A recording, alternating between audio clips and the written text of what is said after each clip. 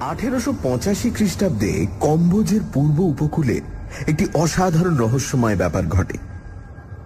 কম্বোজের পুরনো সরকারি দপ্তরে তার উল্লেখ আছে, কিন্তু কোনো বিস্তৃত বিবরণ নেই। 1880 খ্রিস্টাব্দ থেকে কম্বোজের পূর্ব উপকূলে ভয়ানক জলদস্যুর উৎপাত আরম্ভ হয়। কম্বোজের জল পুলিশ, নৌসেনা প্রাণপণ চেষ্টা করেও তাদের দমন করতে পারে না। দমন করা দূরে থাক, তাদের সন্ধান পর্যন্ত পায় না। কোথা থেকে যে সিন্ধু শকুনের মতোই জলদস্যুদের বেগবান ছোট জাহাজগুলি এসে বড় বড় বাণিজ্য তরীর ধনসম্পদ লুটে নিয়ে যেত, কম্বোজের যুদ্ধ তরীগুলি কিছুই বুঝে উঠতে পারত না। কম্বোজের সমস্ত কড়া পাহারা এড়িয়ে কর্মচারীদের চোখে ধুলো দিয়ে এই জলদস্যুর দল এমন অনায়াসে তাদের কাজ হাসিল করে যেত যে শেষে তারা মানুষ নয় এমনই একটা জনপ্রবাদ সমস্ত কম্বোজের অশিক্ষিত মাঝি মাল্লাদের ভেতরে রটে গেল। বাণিজ্য তরীর জন্য মাঝি মাল্লা পাওয়া ক্রমে দুষ্কর হয়ে উঠল। তারা মানুষের বিরুদ্ধে লড়ে জান দিতে প্রস্তুত, কিন্তু দেবতাদের বিরুদ্ধে তারা কি করতে পারে, এই হলো তাদের বুলি। পূর্ব উপকূলের ব্যবসা বাণিজ্য একরকম বন্ধ। উপরওয়ালাদের তাড়া খেয়ে পুলিশ ও নৌসেনা মরিয়া হয়ে জলদস্যু দমনে লেগে গেল, কিন্তু কিছুই হলো না। কম্বোজের পূর্ব উপকূলে দস্যুদের প্রতাপ অক্ষুণ্ণই রইল। জলদস্যুরা যে মানুষ নয়, এই কথাটাই আরো বেশি করে রটে গেল। 50 বছর বাদে কম্বোজে এখনো সে প্রবাদ লোকের মুখে শোনা যায়।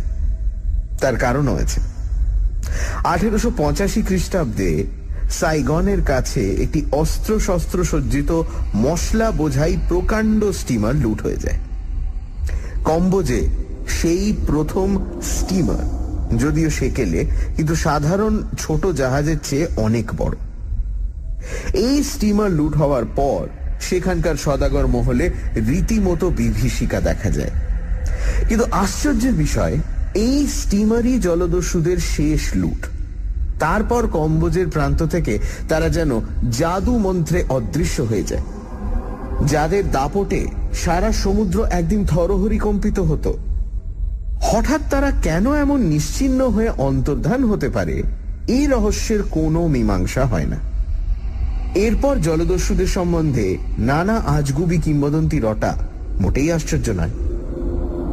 কম্বোজের সরকারি দপ্তরে এই রহস্যময় ব্যাপারের উল্লেখ আছে, কিন্তু কেমন করে তারা লোপ হয়ে গেল, এ প্রশ্নের কোনো উত্তর নেই। যে সমস্যার কথাই কখনো শুনিনি, সুদূর বাংলাদেশের একটি শহরে বসে তার সমাধান জানতে পারবো, এ কথা কে ভেবেছিল? যেরকম সামান্য ব্যাপারের ভেতর দিয়ে এই রহস্যের কথা জানতে পারি, তা ভাবলে এখনো বিস্ময় লাগে। সুধীরদের বাড়ি সেদিন সকালে নিমন্ত্রণ ছিল। এমন নিমন্ত্রণ তাদের বাড়ি প্রায়ই হয়, কিন্তু সেদিন একটি বিশেষ উপলক্ষও ছিল। সুধীরের জ্যাঠামশাই সুদূর সুমাত্রায় ডাক্তারি করতেন। বহুদিন বাদে সেখানকার কাজ ছেড়ে দিয়ে দেশে ফিরে এসেছেন, সেই উপলক্ষেই খাওয়ার আয়োজন। এ কয়েকদিন স্কুলে ও স্কুলের বাইরে সুধীরের মুখে তার জ্যাঠামশাইয়ের কথা ছাড়া আর কোনো কথা ছিল না। 70 বছরের বৃদ্ধের এমন কি অসাধারণত্ব থাকতে পারে যাতে একটি কিশোরের মন মুগ্ধ হয়ে যায়, এতদিন বুঝতে পারিনি। কিন্তু বঙ্কিমবাবুকে দেখা মাত্র সে প্রশ্নের উত্তর পেয়ে গেলাম। বৃদ্ধ সত্যি অসাধারণ। প্রথমত, বাঙালির ভেতর অমন চেহারাই দুর্লভ। 70 বছর বয়স যে তার হয়েছে, এ কথা তিনি নিজে না বললে বিশ্বাস করাই কঠিন। দীর্ঘ বলিষ্ঠ দেহ, মুখে বয়সের চিহ্ন আছে বটে, কিন্তু বার্ধক্যের জীর্ণতার পরিচয় নেই। গাম্ভীর্য দূরে থাক, মুখে বালকের কৌতুকের হাসিটি লেগেই আছে। ছোট ছেলে মেয়েদের সঙ্গে অত্যন্ত সহজে মিশে যাবার দেখলাম তার অসাধারণ ক্ষমতা। তার জীবনের বিবরণ যা শুনলাম তাও অদ্ভুত। অত্যন্ত ডানপিটে দুরন্ত ছিলেন ছেলেবেলায়, সেই জন্য তাকে নানান রকম শাস্তি ঘরে বাইরে সহ্য করতে হয়েছে। স্কুল থেকে একবার কি কারণে বিতাড়িত হয়ে তিনি আর লজ্জায় বাড়ি ফেরেননি। বহুদিন পর্যন্ত তার খবর না পেয়ে সকলে তার জীবনের আশা পর্যন্ত ত্যাগ করেছিল। অবশেষে একদিন বিলেতের ডাকে তার বাবার নামে একটি চিঠি এসে হাজির। চিঠি খুলে তিনি তো অবাক। যে ছেলে স্কুলে কোনো রকমে প্রমোশন পাবে কি না বছরের শেষে সেই দুশ্চিন্তায় তাকে রাতের পর রাত অনিদ্রায় কাটাতে হতো, বিলেত গিয়ে সে সেখানকার প্রবেশিকার বেড়া উতরে একেবারে মেডিকেল কলেজে গিয়ে ভর্তি হয়েছে। শুধু ভর্তি হয়নি, সেখানে পড়াশোনায় দস্তুর মতো কৃতিত্ব দেখিয়ে সে শিক্ষকদের বিশেষ প্রশংসা লাভ করেছে। তারপর সেখানকার মেডিকেল কলেজ থেকে সসম্মানে পাশ হয়ে দেশে ফিরে আসেন। কিন্তু ঘরে বসে থাকা তার ধাতে সইবে কেন? কিছুদিন বাদেই সুমাত্রার কাছে একটি বড় হাসপাতালের ভার পেয়ে তিনি আবার সাগরে পাড়ি দিলেন। সেই বিদেশেই তার সমস্ত জীবন কেটেছে। এই বৃদ্ধ বয়সে সে কাজ থেকে অবসর গ্রহণ করে তিনি দেশে শেষ জীবন কাটাবার জন্য ফিরেছেন। এই বিবরণ শুনেই তখন বিস্মিত হয়েছিলাম। জানতাম না যে তার জীবনে এমন ঘটনা ঘটেছে যার কাছে এই সমস্ত ব্যাপার নিতান্ত তুচ্ছ, সাধারণ। সকলে একসঙ্গে খেতে বসেছিলাম। সুধীরের জ্যাঠামশাই নানান রকম মজার গল্প করে খাওয়ার আসর জমিয়ে রেখেছিলেন। সুমাত্রার লোকেদের একরকম অদ্ভুত নিয়মের কথা বলছেন। এমন সময় হঠাৎ প্লেটের দিকে চেয়ে তার মুখ যেন বিবর্ণ হয়ে গেল। ব্যস্ত সমস্ত হয়ে বললেন, না না, ও আমি খাই না, ও কাঁকড়া তুলে নিয়ে যাও। আমরা তার মুখ দেখে চুপ করেছিলাম। সুধীর তার পাশে বসেছিল, অত লক্ষ্য করেনি। বললে, কেন জ্যাঠাবাবু, এই বুঝি আপনার দাঁতের জোর? কাঁকড়ার দাঁড়া চিবোতে পেছিয়ে যাচ্ছেন? বঙ্কিমবাবু একটু হাসবার চেষ্টা করে বললেন, দাঁতের জোর ঠিক আছে রে, কিন্তু ও কাঁকড়া দেখলে আমার সমস্ত শরীর কেমন করতে থাকে। তারপর উঠে পড়ে বললেন, আমার খাওয়া হয়ে গেছে বাবু, বুড়ো মানুষ, বসে থাকতে পারলুম না, কিছু মনে করো না জানো। খাওয়া তার তখনও হয়নি। আমরা সবাই সত্যি অবাক হয়ে গিয়েছিলাম। সুধীরের বাবা ছুটে এসে বললেন, ও কি দাদা, কিছু না খেয়ে উঠে পড়লে যে? হয়েছে হয়েছে, আমার খাওয়া হয়ে গেছে, এখন কি আর আগের মতো খেতে পারি? বলে বঙ্কিমবাবু এত তাড়াতাড়ি চলে গেলেন যেন এ ঘরে তার দম বন্ধ হয়ে আসছে। কাঁকড়া পাতে দেওয়ার পর এ কি হলো আমরা বুঝতে না পেরে থ হয়ে রইলাম। দুপুরবেলা বাইরের ঘরে বসে সুধীর বলল, কেন খেলেন না আপনাকে বলতেই হবে জ্যাঠাবাবু। দু একবার এড়াবার চেষ্টা করে বঙ্কিমবাবু অবশেষে একটু হেসে বললেন, আসলে কাঁকড়া দেখলেই আমার অজ্ঞান হবার মতো হয়, তাই না উঠে পারলাম না। কেন জ্যাঠাবাবু? সুধীর অমনি ছাড়বার ছেলে নয়। খানিক চুপ করে বঙ্কিমবাবু বললেন, তবে শোন, কিন্তু শেষকালে আমাকে পাগল ভাবিস নি যেন। এই ভয়ে পৃথিবীর কাউকে এ কথা আজও জানায়নি। মানুষের স্বভাব ভারী মজার। এত বড় আশ্চর্য দুনিয়ায় বাস করেও অত্যন্ত সাধারণ ব্যাপার ছাড়া আর কিছুই বিশ্বাস করতে চায় না। বঙ্কিমবাবু গড়গড়ার নলটি একধারে সরিয়ে রেখে আবার বললেন, তোরা বড়জন মনে করবি বুড়োর বিমরতি হয়েছে, তা বুড়ো হলে অমন হয়। এককালে এই গল্প বললে হয়তো আমার চাকরি, মান, সম্ভ্রম সব যেত। মানুষের অসাধারণের ওপর এমনই অবিশ্বাস। এইবার গল্প শুরু হলো। বঙ্কিমবাবু বলতে লাগলেন 50 বছর আগের কথা। সুমাত্রায় তখন বছর কয়েক চাকরি করেছি। এমন সময় সেখানে ভয়ানক কাণ্ড শুরু হলো। সুমাত্রায় তখন বসন্তের টিকে দেবার বীজ পাওয়া দুষ্কর ছিল। শুনলাম সাইগনে একজন ফরাসি ডাক্তার নিজে পরীক্ষাগার করে টিকার বীজ তৈরি করছেন। সেই টিকার বীজ ভালো হলে তাই কিনে আনবো বলে সাইগনে গেলাম। সাইগনে কয়েকদিন থেকে টিকার বীজ সংগ্রহ করে আবার সুমাত্রায় ফেরবার আয়োজন করবার সময় ভয়ানক বিপদে পড়লাম। কম্বোজের পূর্ব উপকূলে তখন ভয়ানক জলদস্যুর উৎপাত। আসবার সময় সুমাত্রার মাঝিমাল্লারা তেমন ভয় পায়নি, কারণ সুমাত্রায় এই জলদস্যুদের সম্বন্ধে বেশি গুজব পৌঁছয়নি। কিন্তু সাইগনে কয়েকদিন থেকে নানা কথা শুনে ইতিমধ্যে ভড়কে গিয়েছিল তারা। দেশের টানেও এই জলদস্যুদের ভেতর দিয়ে আর যেতে রাজি নয়। শুধু লুটতরাজি নয়, অকারণে মানুষ মারতেও এই দস্যুদের নাকি আনন্দ। ফেরবার জাহাজ না পেয়ে কি করব ভাবছি, এমন সময় সেই ফরাসি ডাক্তার খবর দিলেন যে একটি ফরাসি কোম্পানি নতুন একটি স্টিমার আনিয়েছে। কাল সে স্টিমার প্রথম জাভা হয়ে সাইগনে আসবে, তাইতে আমি আবার সুমাত্রায় ফিরতে পারব। সত্যি কথা বলতে কি, হাতে যেন স্বর্গ পেলাম। শুধু মাঝি মাল্লাদেরই দোষ দেব কেন? এই জলদস্যুদের সম্বন্ধে আমারই মনে যথেষ্ট ভয় ছিল। সাধারণ পালতোলা জাহাজে যাওয়া কত বিপজ্জনক তাও জানতাম, অকারণে প্রাণ হারাবার বাসনাও ছিল না। এই স্টিমারটিতে যেতে পেয়ে নিশ্চিন্ত হয়ে গেলাম। এই দেশে এই প্রথম স্টিমার। সে স্টিমারকে আক্রমণ করা দূরে থাক, স্টিমার দেখলে জলদস্যুরা বোধহয় ভয়েই খুন হবে। সঙ্গে বেশি কিছু জিনিসপত্র ছিল না, টিকার বীজই আসল জিনিস। অত্যন্ত সাবধানে তাই নিয়ে কয়েকদিন বাদে স্টিমারে উঠলাম। প্রকাণ্ড মজবুত স্টিমার, জলদস্যুদেরই জন্য তার দুই প্রান্তে দুটি কামান বসানো। তাছাড়া স্টিমার রক্ষা করবার জন্য জনপঞ্চাশ সৈন্য নেওয়া হয়েছিল। স্টিমারে উঠে অত্যন্ত আনন্দ হচ্ছিল, মনে হচ্ছিল আসুক জলদস্যু।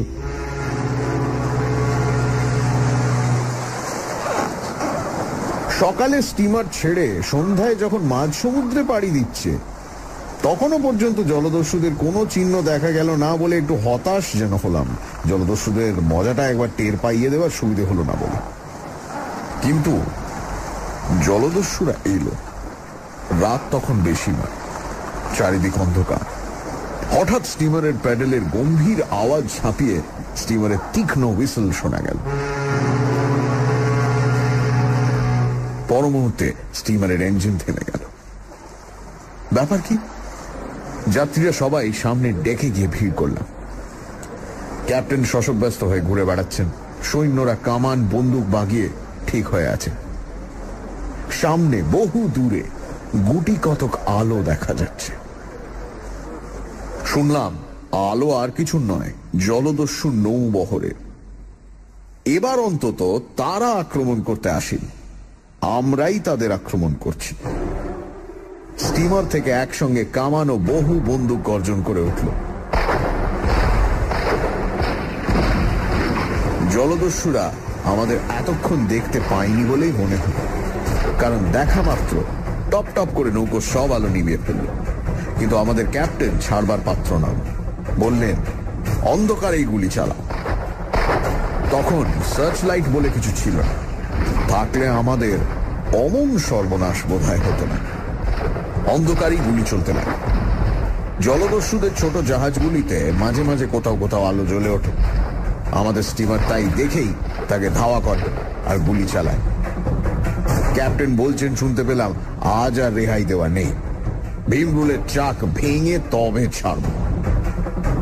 স্টিমার ক্রমশ তাদের ছোট জাহাজগুলির বরাবর এসে পড়ছিল। অন্ধকারেও অস্পষ্টভাবে ছোট জাহাজগুলোকে দেখা যাচ্ছিল। এমন সময় হঠাৎ সবাই স্টিমারের ওপর উপর হয়ে পড়ে গেল, তার সঙ্গে ভয়ঙ্কর আওয়াজ। প্রকাণ্ড স্টিমারটা যেন মর্মান্তিকভাবে আহত হয়ে কেঁপে উঠল।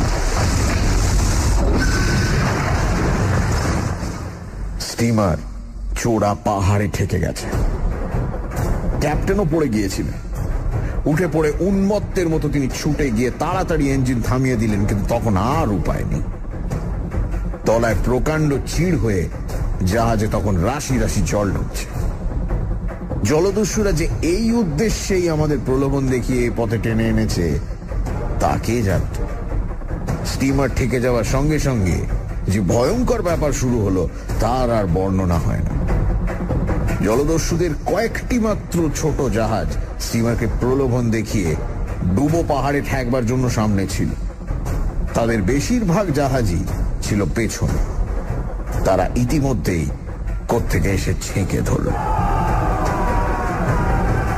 অন্ধকারে চারিদিকে শুধু ভীত যাত্রীদের আর্তনাদ। জলদস্যুরা নৃশংসভাবে তাদের হত্যা করতে শুরু করে দিল। এই জলদস্যুদের হাতে মরার চেয়ে জলে ডুবে মরা ভালো বলে জলে ঝাঁপ দিতে যাচ্ছি, এমন সময় পেছন থেকে মাথায় একটা প্রচন্ড আঘাত খেয়ে অজ্ঞান হয়ে গেল। যখন জ্ঞান হলো তখন দিন। দেখি হাত পা বেঁধে আমায় একটি জাহাজের ওপর দস্যুরা ফেলে রেখেছে। বুঝলাম স্টিমার ডুবেছে এবং আমায় এরা কৃতদাস করে নিয়ে চলেছে। অনেক কষ্টে হাত পা বাঁধা অবস্থায় উঠে বসলাম। সামনে দেখলাম সমুদ্রের মাঝে প্রকাণ্ড একটা পাহাড়।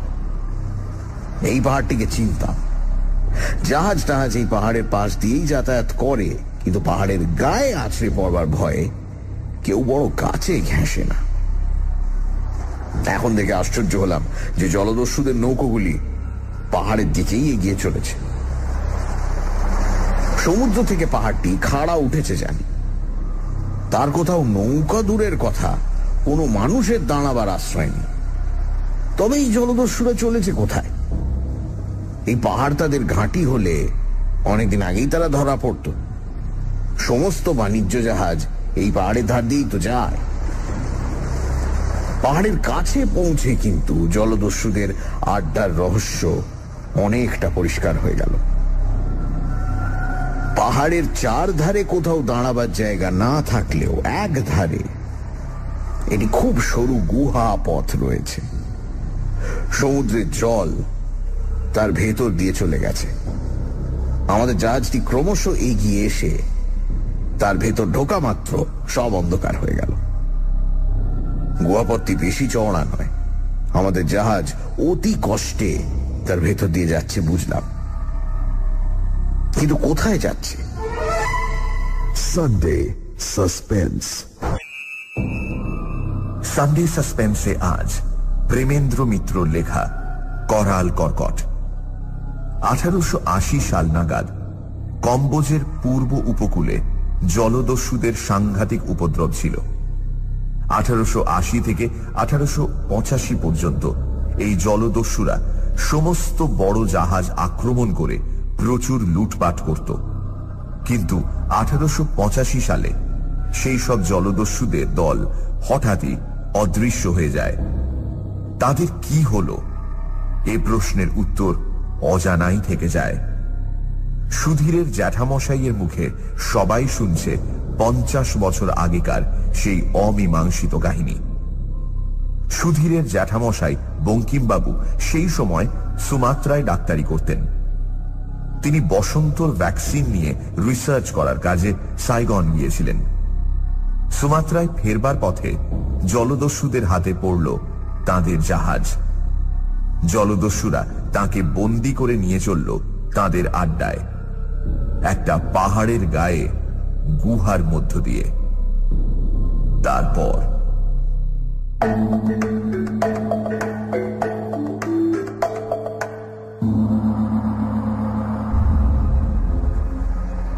অন্ধকারে এমন প্রায় মিনিট 10 কাটল এবং তারপর চারিদিক পরিষ্কার হয়ে গেল। দেখি সামনে প্রকাণ্ড জায়গা, তার মাঝে একটি ছোট হ্রদের মতো। সমুদ্রের জল সেই হ্রদে গিয়ে শেষ হয়েছে। জলদস্যুদের জাহাজগুলি সেই হ্রদের এক ধারে ভিড়ল। সমুদ্রের পাহাড়ের মাঝখানে এমন স্থান ছিল কে জানত? এইখানে মানুষের অগোচরে জলদস্যুরা নির্ভয়ে তাদের লুট করা মাল সঞ্চয় করে বসবাস করে।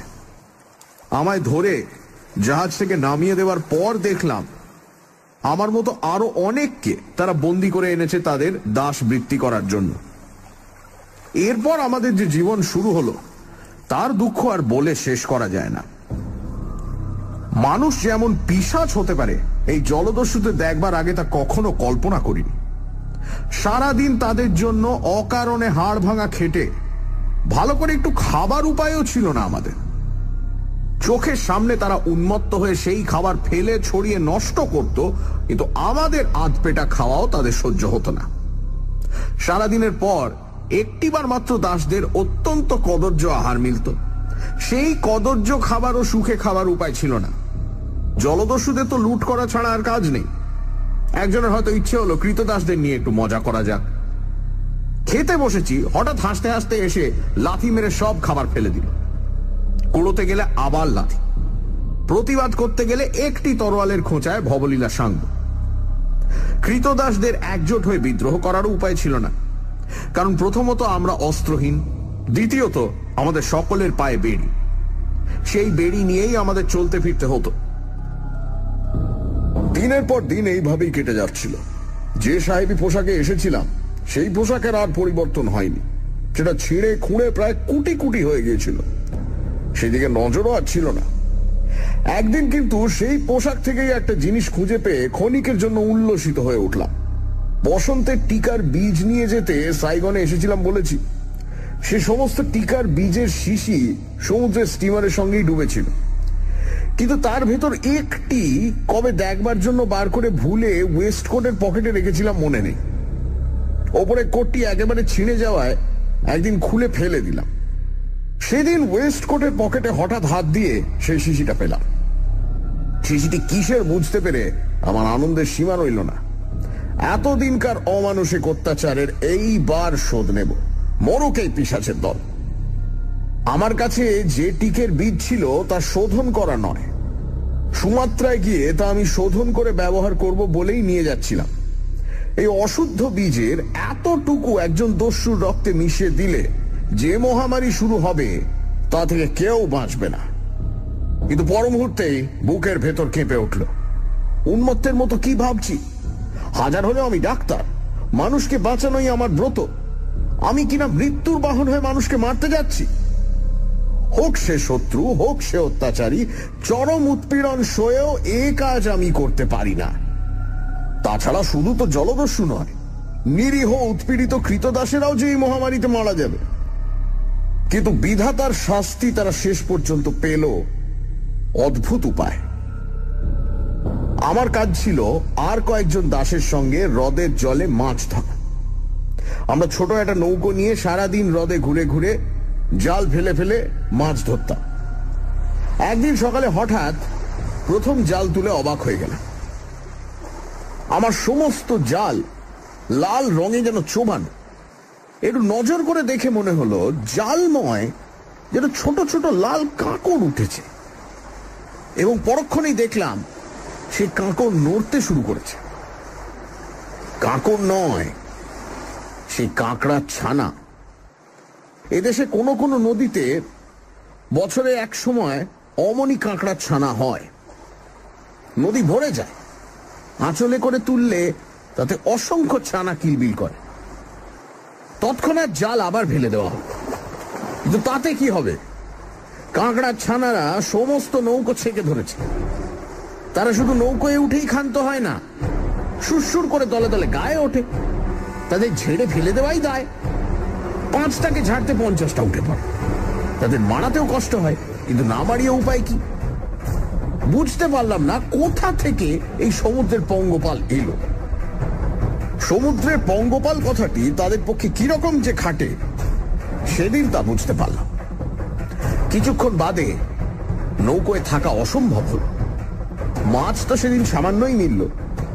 তাই নিয়ে পাড়ে উঠে দেখি পাড়েও বহুদূর পর্যন্ত সেই কাঁকড়ার ছানায় ছেয়ে গেছে। মাছ না পাওয়ার জন্য যথেষ্ট উৎপীড়ন অবশ্য সহ্য করতে হয়েছিল। পরদিন সকালে কিন্তু হ্রদের ধারে গিয়ে অবাক হয়ে গেলাম। তীরের বহু দূর থেকে দেখা যায় সমস্ত হ্রদের জল রক্তের মতো রাঙা হয়ে উঠেছে। কাঁকড়াগুলো একদিনেই যেন অনেকটা বড় হয়ে উঠেছে। আমরা আগের দিন কাঁকড়ার জন্য মাছ ধরতে পারিনি বলে কৈফিয়ত দেওয়ায় একজন দস্যু আমাদের সঙ্গে আমাদের কথা সত্যি কিনা যাচাই করতে এসেছিল। আমাদের একজন সেই কাঁকড়া সমুদ্র দেখিয়ে বলল, কেমন, আমরা মিথ্যে কথা বলছিলাম? ওই কাঁকড়ার ভেতর মাছ পাওয়া যায়? তার মুখে একটা ঘুষি মেরে দস্যু বলল, তাই ধরতে হবে। তাই ধরতে গেলাম, কিন্তু হ্রদে পৌঁছতে পারলে তো তীরের ওপরেই কিলবিল করে কাঁকড়ার পাল গায়ের ওপর উঠতে থাকে। শুধু গায়ে ওঠে না, তারা বড় হওয়ার সঙ্গে সঙ্গে একটু কামড়াতে শিখেছে। কত তাদের গা থেকে ছেড়ে ফেলা যায়। খানিক দূর গিয়ে বাধ্য হয়ে ফিরলাম। যে দস্যু তদারক করতে এসেছিল এবারে সে কিন্তু কিছু বলল না। সত্যিকার বিপদ তার কয়েকদিন পর থেকে শুরু হলো। সকালবেলায় হঠাৎ কিসের কামড় খেয়ে ধর্মর করে উঠে বসলাম। আমাদের শোবার কোনো জায়গা ছিল না। মাঠের ওপর যেখানে সেখানে গরু ঘোড়ার মতো আমরা শুয়ে থাকতাম। উঠে দেখি চিতি কাঁকড়ার আকারে একটা লাল কাঁকড়া সজোরে দাঁড়া দিয়ে পায়ের একটা আঙুল কামড়ে ধরেছে। আশেপাশে আরো বিস্তর কাঁকড়া ছুড়ে বেড়াচ্ছে। অনেক কষ্টে সে কাঁকড়াটাকে পা থেকে ছাড়িয়ে উঠে দাঁড়ালো। এই কয়েকদিনের মধ্যে কাঁকড়ারা আকারে দ্বিগুণ হয়ে এত দূর পর্যন্ত এগিয়ে এসেছে দেখে সত্যি অবাক হয়ে গেছিলাম। চারিদিকেই কাঁকড়ার পাল। এমন অদ্ভুত ব্যাপারের কথা কখনো শুনিনি বা পড়িনি। প্রকৃতির নিয়মে সব নিম্ন শ্রেণীর প্রাণীরই প্রথমে এইরকম বংশবৃদ্ধি হয়, কিন্তু শেষ পর্যন্ত অধিকাংশই মারা যায়। না গেলে পৃথিবীতে মানুষ বাস করা অসম্ভব হতো। দস্যুদের দেখলাম একটা নতুন খেলা জুটেছে, কাঁকড়া মারা। তারা বড় বড় লাঠি নিয়ে কাঁকড়া মেরে বেড়াচ্ছিল। বিকেলের দিকে তাদেরও প্রাণে ভয় না হোক দুশ্চিন্তা দেখা দিল। এই কাঁকড়ার পাল না গেলে রাত্রিরে শোয়ার জায়গা তো মিলবে না। হ্রদ থেকে পালে পালে এসে তারা যেখানে যা কিছু আছে সব অধিকার করে ফেলেছিল। দস্যুদের প্রকাণ্ড ভাড়ার ঘরের চারধারে 25 জন দাস শুধু কাঁকড়া মারবার জন্যই মোতায়েন করে রাখা হয়েছিল, কিন্তু তারাও হয়রান হয়ে পড়েছিল। ক্রমাগত মেরে মেরে একদল ক্লান্ত হয়ে গেলে আর একদল তাদের জায়গা নিচ্ছিল। কিন্তু এত চেষ্টা সত্ত্বেও কাঁকড়ার পালের ভাড়ারে ঢোকা বন্ধ করা গেল না। রাত্রে কোথায় শোয়া হবে সেই হলো সবচেয়ে বড় সমস্যা। সমস্ত পাহাড় ঘেরা দ্বীপ কাঁকড়ায় ছেয়ে গেছে। সে দ্বীপে যা কিছু আহার্য ছিল তা প্রায় শেষ করে ফেলে ক্ষুধার জ্বালায় তারা উন্মত্ত হয়ে উঠেছে বুঝতে পারলাম। আমরা যে তাদের ভক্ষ নয় এ কথা তাদের বোঝানো ক্রমশ কঠিন হয়ে পড়ছিল। সে রাত্রে আর কৃতদাসে প্রভুতে প্রভেদ রইল না। সবাই যে যার দেহ বাঁচিয়ে আশ্রয় খুঁজতে ব্যস্ত। অনেক কষ্টে একটুখানি পরিষ্কার জায়গা পেয়ে শুয়ে একটুখানি ঘুমোতে না ঘুমোতেই কাঁকড়ার কামড়ে অস্থির হয়ে জেগে উঠতে হয়। সে কাঁকড়া শক্ত দাঁড়া আবার না ভাঙলে ছাড়াবার উপায় নেই। সারা রাত এমনই পাগল হয়ে সকালবেলা যে ব্যাপার দেখলাম তাতে সমস্ত রক্ত জল হয়ে উঠল ভয়। একজন দস্যু অনেক রাত্রে অত্যন্ত মদ খেয়ে মাতাল হয়ে বুঝি অজ্ঞান হয়ে পড়েছিল। কাঁকড়ারা তার রক্তাক্ত কঙ্কালটি ছাড়া আর কিচ্ছু অবশিষ্ট রাখেনি। সকাল হলেও বিপদ বাড়ল বই কমল না। আগে শোয়ার জায়গা খুঁজে পাওয়া দুষ্কর হয়েছিল, এদিন দাঁড়িয়ে থাকাই দুষ্কর হয়ে উঠল। সমস্ত দ্বীপ রাঙা হয়ে গেছে কাঁকড়ায়। তারা পাহাড়ে পর্যন্ত ক্ষুধার জ্বালায় গিয়ে উঠেছে। স্থির হয়ে কোথাও দাঁড়াবার উপায় নেই। অনবরত গা ঝেড়ে চলে না বেড়ালে তারা কামড় দেবেই। একটি নয়, একসঙ্গে 50টি। সেদিন যে কিভাবে গেল ভালো করে স্মরণও নেই। আহার নেই, নিদ্রা নেই, সারাদিন ছুটে বেড়াচ্ছে। কাঁকড়া মেরে মেরে হাত পা অবশ হয়ে গেছে, আর হাতে লাঠি নাড়াতেও ইচ্ছে করছে না। কোন রকমে একটু নড়ে বেড়াবার শক্তিটুকু আছে। সমস্ত দ্বীপে বড় কোনো গাছ নেই, থাকলেও এই কাঁকড়াদের হাত থেকে নিস্তার পেতাম না। সন্ধ্যার সময় পায়ের একটা আঙুল কাটা গেল। কাঁকড়াটাকে লাঠির বাড়ি মেরে গুঁড়িয়ে ছাড়ালাম, কিন্তু তার দাঁড়া ততক্ষণ জম্পেশ হয়ে পায়ে বসেছিল। আগের রাত্রে মশাল জ্বালা হয়েছিল, এ রাত্রে সমস্ত অন্ধকার। কে মশাল জ্বালবে, কে কোথায় আছে তারই খোঁজ হয় না। কোনো উপায় না দেখে অবশেষে পাহাড়ের দিকে ছুটতে শুরু করলাম। সেখানে হয়তো কাঁকড়ার ভিড় একটু হালকা হবে ভেবে, কিন্তু সে আশা বৃথা। যতদূর যাই সেই এক কাঁকড়া সমুদ্র। তবু যতক্ষণ প্রাণ আছে ততক্ষণ জুজবই মনে করে এগিয়ে চললাম। এ ধারে পাহাড় ঢালু হয়ে উঠেছিল, তার গা ময় সেই কাঁকড়ার লাল ছোপ। অনেক ওপরে উঠলে হয়তো নিষ্কৃতি পেতে পারি মনে করে ক্লান্ত পায়ে টেনে টেনে চলতে লাগলাম। পাহাড়ের গায়ে নানা জায়গায় ছোট ছোট গুহা। ওরই একটির মধ্যে শুয়ে নিশ্চিন্ত মনে মরতে পারলেও যেন সুখ পাই মনে হচ্ছিল। হঠাৎ একটা কথা মনে পড়ে চমকে উঠলাম। এতক্ষণ এই কথাটি মনে পড়েনি, এমনই আমি নির্বোধ। পাহাড়ের গায়ে অজস্র শুকনো ঘাস রয়েছে। এটি ছোট গুহা বেছে তার ভেতর থেকে কাঁকড়া তাড়িয়ে যদি গুহা মুখে এই শুকনো ঘাস জড়ো করে আগুন করতে পারি, তাহলে তো কাঁকড়া ঢুকতে পারবে না। জানি সে ক্ষণিকের নিষ্কৃতি, বরাবর তো সে আগুন বজায় রাখার মতো ঘাস জোগাড় করতে আমি পারবো না, কিন্তু শেষ পর্যন্ত কাঁকড়ারা ঢুকবেই। কিন্তু তবু কিছুক্ষণের জন্য তো নিশ্চিন্ত হয়ে ঘুমোতে পারবো, তারপর আসুক মৃত্যু। সেই আশায় যেন নতুন বল পেয়ে উন্মত্তের মতো শুকনো ঘাস সংগ্রহ করে ছোট্ট একটা গুহা খুঁজে তার মুখে জড়ো করতে লাগলাম। এই ছোট গুহার ভেতরেও কাঁকড়ারা ঢুকেছে, কিন্তু চেষ্টা করলে তাদের মেরে গুহাটি নিরাপদ করা বোধহয় যেতে পারে। অবশ্য যদি বাইরে থেকে নতুন কাঁকড়া আর না ঢোকে তাহলে। ঘাস সংগ্রহ প্রায় শেষ হয়েছে। অন্তত 4-5 ঘন্টা সে ঘাসের আগুন বেশ জ্বলতে পারবে বুঝে গুহার ভেতর ঢুকতে যাব, এমন সময় মাথা ঘুরে গুহার মুখেই ঘাসের ওপর মুখ গুঁজে পড়ে গেলাম। তৎক্ষণাৎ কোমরের ওপর প্রচন্ড একটা কামড় অনুভব করলাম। সঙ্গে সঙ্গে মড়মড় করে কি যেন ভেঙে গেল এবং তারও একটি অংশ দেহে ফুটলো বুঝতে পারলাম। এক খামচা পেটের কাছে মাংস সমেত কাঁকড়াটাকে যখন ছাড়িয়ে ছুঁড়ে ফেলে দিলাম, তখন মনে পড়ল ওয়েস্ট কোটের পকেটে টিকার বীজের শিশি ছিল, সেইটাই ভেঙেছে। সেই নিয়ে তো তখন মাথা ঘামাবার সময় নেই। তাড়াতাড়ি গুহায় ঢুকে অনেক কষ্টে পাথর ঠুকে আগুন জেলে গুহার মুখে শুকনো ঘাস ধরালাম। ধীরে ধীরে গুহার মুখে আগুনের বেড়া তৈরি হয়ে গেল। বেড়া ডিঙিয়ে কাঁকড়ারা আর ঢুকতে পারবে না। এইবার ভেতরে কাঁকড়া মারায় মন দিলাম। হাত আর চলে না, তবু প্রাণপণে 8 ঘন্টা চেষ্টার পর গুহার ভেতরটা নিরাপদ করা গেল। তখন আর দেহের সার ছিল না। কাঠের মতো পড়ে কখন যে ঘুমিয়ে পড়েছি মনেই নেই। উঠে দেখলাম গুহার দরজার আগুন নিভে গেলেও ভেতরে তার ছিল। দেখলাম বাইরে কাঁকড়া গিজগিজ করলেও ভেতরে তারা ঢুকতে পারছে না। গুহার ভেতরে যে শুকনো ঘাস অবশিষ্ট ছিল তাই দিয়ে আবার কষ্ট করে আগুন জ্বাললাম। আগুন আর বড় জোর 2-1 ঘন্টা আমায় বাঁচাতে পারে, তবু সেইটুকুই যথেষ্ট। সমস্ত শরীরে ভয়ঙ্কর উত্তাপ ও বেদনা বোধ করছিলাম। বেদনা হওয়া আশ্চর্য নয়, সমস্ত দেহ অসাড় হয়নি এই আশ্চর্য। কিন্তু গায়ে আমার এসব কি? ঘাসগুলো বেশ ভালো করে জ্বলে ওঠা মাত্র নিজের গায়ের দিকে চেয়ে কেঁপে উঠলাম। আমার সর্বাঙ্গে বসন্তের গুটি বেরিয়েছে।